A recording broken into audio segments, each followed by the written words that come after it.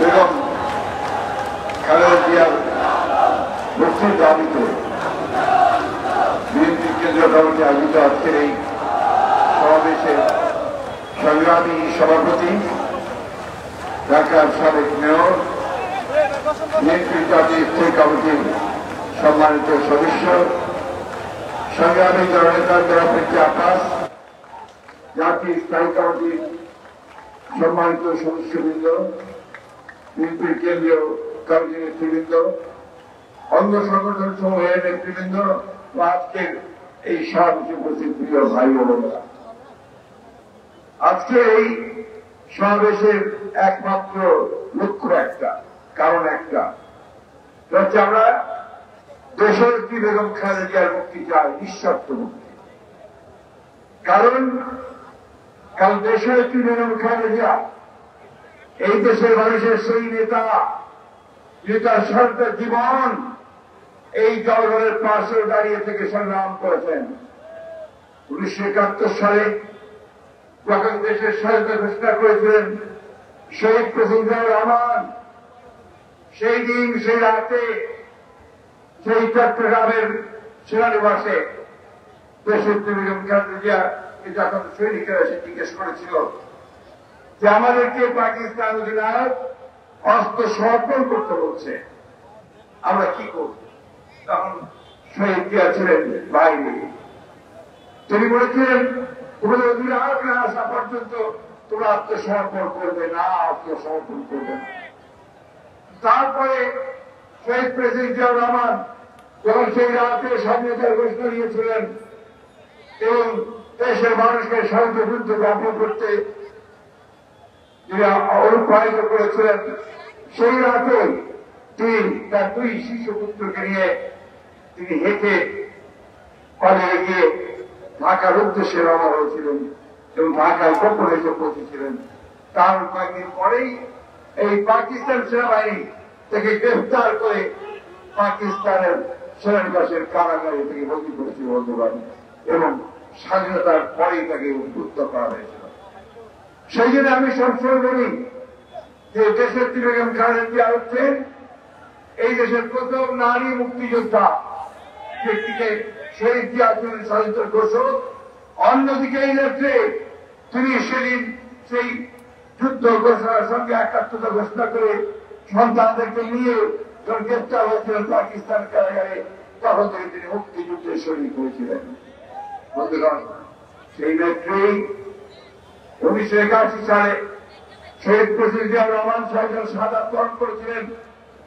তারপরে তিনি শহীদকে রেখে যাওয়া সেই জাতীয়তাবাদের পতাকা, স্বাধীনতার পতাকা, গণতন্ত্রের পতাকাকে তিনি তুলে ধরে নিয়েছেন। 9 বছর তিনি সংগ্রাম করেছেন স্বৈরাচারের বিরুদ্ধে এই রাজপথে। এখানে অনেকেই আছেন যারা তার সাথে সেদিন সংগ্রাম করেছেন, লড়াই করেছেন। তিনি সেদিন নিজে পায়ে হেঁটে হেঁটে মিছিলের নেতৃত্ব দিয়েছেন, তাকে গ্রেপ্তার করা হয়েছে, বারবার তাকে নির্যাতিত করা হয়েছে। তিনি কখনোই ছেড়ে দেননি বন্ধুগণ, তিনি কখনো আপোষ করেননি। তিনি সেই সংগ্রাম চালিয়েছিলেন। সংগ্রাম করেই ছাত্রদের সঙ্গে নিয়ে, তিনি জনগণের সঙ্গে নিয়ে সেই স্বৈরাচারকে পরাজিত করে এই দেশে গণতন্ত্রকে প্রতিষ্ঠা করেছিলেন। বন্ধুগণ, দীর্ঘ আলোচনার সুযোগ নেই, আমি শুধু এটুকু বলতে চাই যে দেশনেত্রী বেগম খালেদা জিয়া আর এই গণতন্ত্র, এই দুটোকে আলাদা করে দেখার কোন সুযোগ নেই বাংলাদেশে। বাংলাদেশে গণতন্ত্র মানে হচ্ছে এখন বর্তমান দেশনেত্রী বেগম খালেদা জিয়া। বন্ধুগণ, তিনি 1991 সালে যখন তিনি 90 সালে যখন তিনি রাষ্ট্রপতির দায়িত্বে এসেছেন, বিশাল বিপুল ভোটের জয়ের মধ্যে দিয়ে প্রধানমন্ত্রী হয়েছেন, তখন তিনি বাংলাদেশের সংসদীয় গণতন্ত্রকে প্রবর্তন করেছেন। তিনি মিডিয়াকে, গণমাধ্যমকে নিযুক্ত করেছেন এবং দেশকে অগ্রগতি থেকে এগিয়ে নেওয়ার জন্য বিভিন্ন উন্নয়নমূলক কর্মকাণ্ড গ্রহণ করেছেন। সেই দেশের খালেদাকে অত্যন্ত প্রেস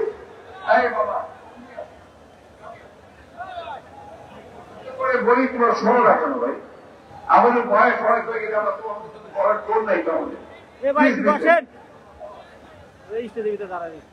আমরা এই গণতন্ত্রের জন্য সংগ্রাম করছি দীর্ঘ 15 বছর। আপনাদের মনে থাকা উচিত যে 2018 সালে দেশের নেত্রীর বিরুদ্ধে একটি সাজানো মামলা তৈরি করে তাকে সাজা দিয়ে যাওয়ার জন্য তারা নিয়ে যায়। ঠিক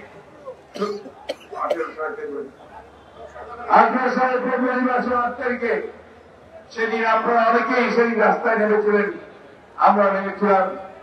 তার কয়েকদিন আগে তিনি বিএনপির অ্যানুয়াল মিটিং এ নাম হোটেলে তিনি একটি ভাষণ দিয়েছিলেন। সেই ভাষণে তিনি পরিষ্কার করে বলেছিলেন যে আমি জানি আমাকে আপনাদের থেকে বিচ্ছিন্ন করবার ষড়যন্ত্র চলছে, আমাকে আটক করে রাখা হবে এবং গণতন্ত্র আন্দোলনকে স্থগিত করে দেওয়া হবে। আপনারা আমার কথা মনে রাখবেন যে আমি আপনাদেরকে সবসময় অনুরোধ করে যাচ্ছি যে আপনাদের আন্দোলন থেকে পিছিয়ে যাবেন না। আপনারা রাজপথে নেমে আসবেন, আপনাদের গণতন্ত্রের যে অধিকারের যে আন্দোলন, সেই আন্দোলনকে আপনারা অব্যাহত রাখবেন। বন্ধুগণ, সেই আন্দোলন এখনো চলছে। এই আন্দোলনের জন্য আপনারা অনেকে অনেক ত্যাগ স্বীকার করেছেন।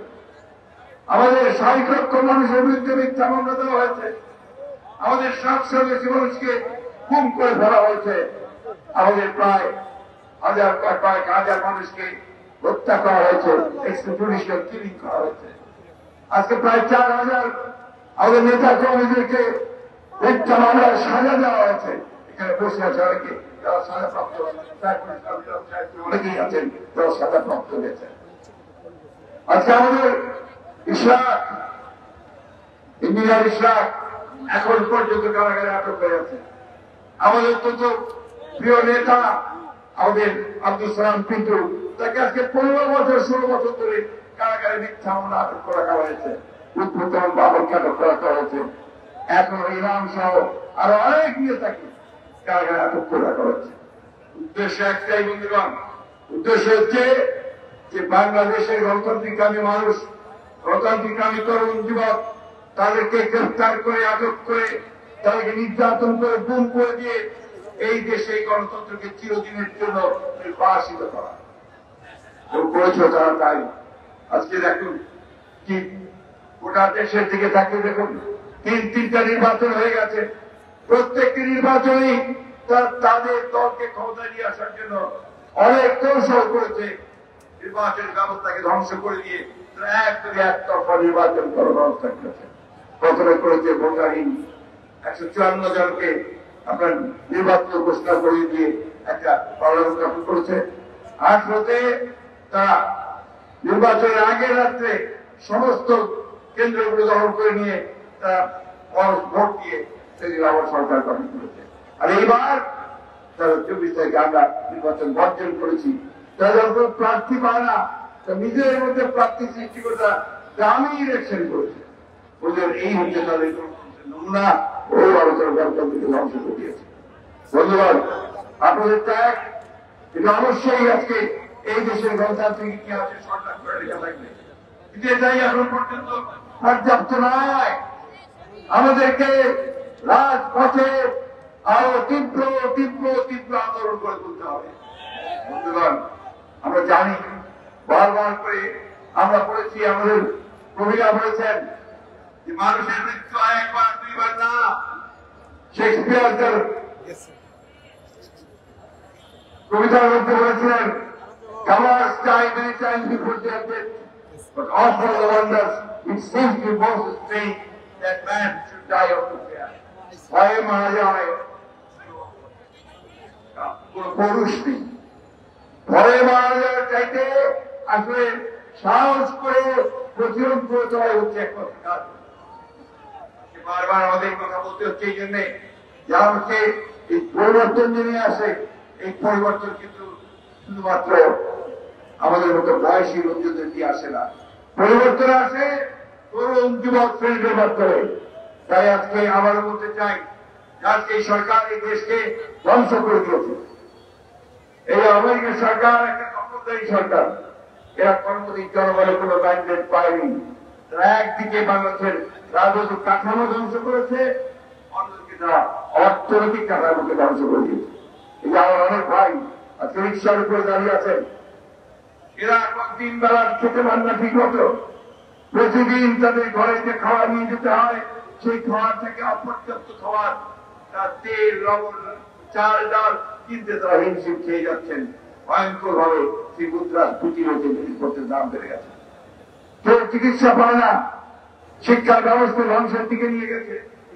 আজকে অর্থনীতিকে ব্যাংকগুলোকে লুটপাট করে তারা আজকে বিদেশে টাকা পাচার করে দিচ্ছে। প্রতিদিন খবর কাজে আমরা দেখছেন তাদের সরকারি কর্মকর্তা এখন বেরিয়ে আসছে।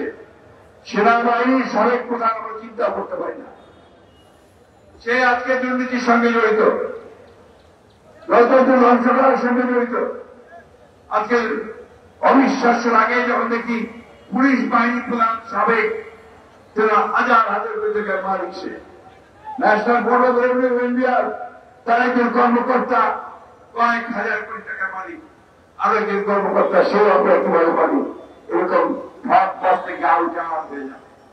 কিন্তু বড় বড় আরো যারা আছেন, যারা কর চুরি হতা, তাদেরকে কিন্তু এখন পর্যন্ত ধরা হচ্ছে না।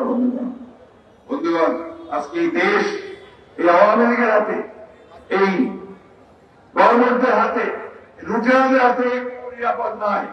একদিকে তারা আমাদের ভোটের অধিকারকে হরণ করে নিয়ে গেছে, অন্যদিকে আমাদের দেশের বেগম খালেদা, যিনি গণতন্ত্রের মা, যিনি গণতন্ত্রের সঙ্গে একাত্ম, তাকে বাধ্য করার জন্য চিন্তা করতে পারে না। তাকে মিথ্যা মামলায় জড়িয়ে আছে, সাজা দিয়ে আটক করা হয়েছে, প্রায় 6 বছর তিনি আটক আছেন। বন্ধু, কত রকমের সব কৌশল বের করে, নতুন নতুন কৌশল।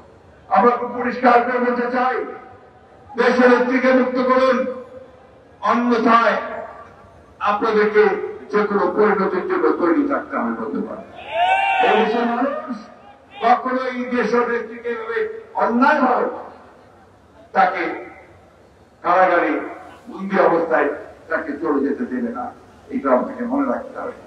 শেষ কথা বলতে চাই, আজকে আমি আজকে পরিষ্কার ভাবে আজকে সকলের তরফ থেকে, দলের তরফ থেকে আবার জানতে চাই, দেশের কারণে দিয়া আমাদের গণতন্ত্রের প্রতীক, আমাদের আন্দোলনের প্রতীক, তাকে বাঁচাতে হলে, তাকে রক্ষা করতে হবে।